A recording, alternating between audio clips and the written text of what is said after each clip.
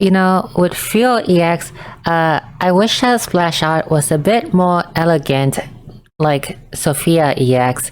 But this current one is, I just wish it was more elegant. Fiore EX. I'm not even gonna bother introducing her. Her existence, I feel like her existence like kind of is not good for the game. First, it's a DPS side. Everything that base Fiore does, this Fiore EX does the same for the fan version also. So 2-hit AoE, 3-hit single target, and a crumbling cut that can debuff enemy 20% defense down. You thought with the direction they're going, right? You thought that they would make her a strong fan DPS because we are lacking fan DPS beside Colossal unit, right? But for some reason they decided to add 2 skill that is, I have no idea why someone like her got it, but she has 2 skill that is very much should have not been on her. What they are is that they are both negation skill of a single damage type, and by itself it's not that problematic, but when combined with her passive, these 2 moves of her is very problematic. So in short example, this by itself is not problematic. The problematic part though is her passive, where when she uses a negation skill, all the attack that the enemy does also redirected to her. Now that is the exact same as Oblique passive, and by itself it's fine. The problem is that the skill also negate all the damage that she take. So when you combine the skill and the passive together, you, against some boss, against some level 100 NPC, you essentially just turn the fight into super easy mode. And on top of that, for some reason the deck decided to include a counter attack every time Fiore EX decides to negate damage, which is like, why would you include something like that on a move that is already overpowered already? And also the counter attack also include burning status effect, which is, I think it's called combusting in the EN version now, where it reduces the enemy shield by 1 at the end of the turn, but it does not break them.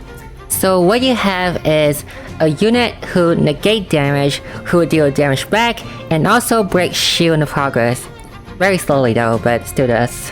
Oh, and her other passive give her like fan and attack damage up, which is like, it's nice, but most of the time you will use Fiore EX as a tank anyway, so the passive is almost not necessarily needed.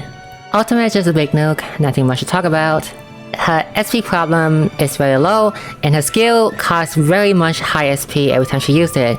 But the thing is though, EN just got Fortune Weapon, and a lot of people haven't done it yet, but it is time for you to farm the Fame board for the best Fame Soul, which is the SP Soul, and to put it on Fiore EX so she will never run out of SP, and her SP problem is solved, kind of.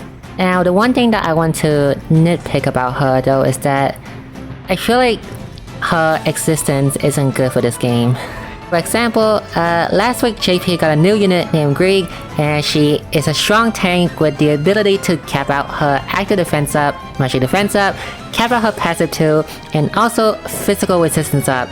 Except that the endgame enemy right now does a lot of damage, and it took Grieg quite a bit of setup to get there to be able to tank things properly, and even if she does get there with all her defense up and everything, right? The enemy can just go desperate attack and still manage to kill her in 1 turn. What I mean is that Grieg need a lot of setup so that she can tank damage properly, and even when she does, if the enemy is hard and they go using like the strongest move, right? Like the glowing aura move, there's still a chance that Grieg might die. While Fiore EX over here has been existing for over a year now, can just negate all the damage, and all of that require no setup. So what's the point of using the newest tank unit anyway, when you can just use Fiore EX?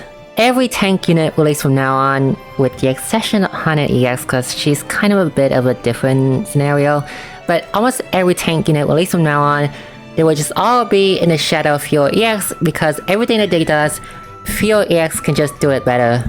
Like, please look at this footage from the side Celestia level 120 NPC, and this is supposed to be a very hard fight, but just look at it.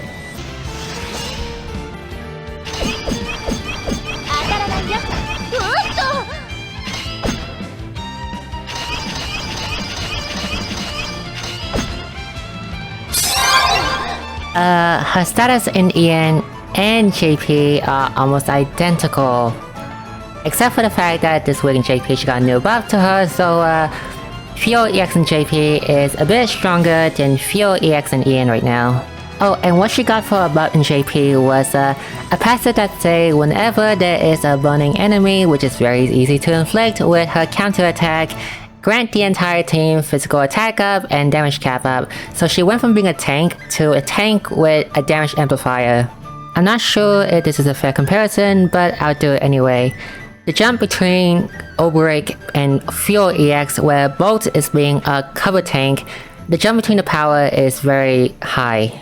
Obreak needs to boost max to redirect attack to himself, while Fiore EX can just use a skill and nothing else is required.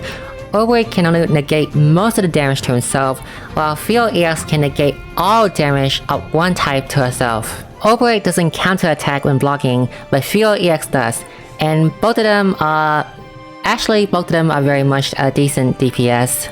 You thought like if we went the power creep route, right? Then you thought they would make someone like Obreak but slightly better every time. So maybe the next iteration would be someone that does exactly what Obreak does, but no longer need to boost max to use the redirecting thing.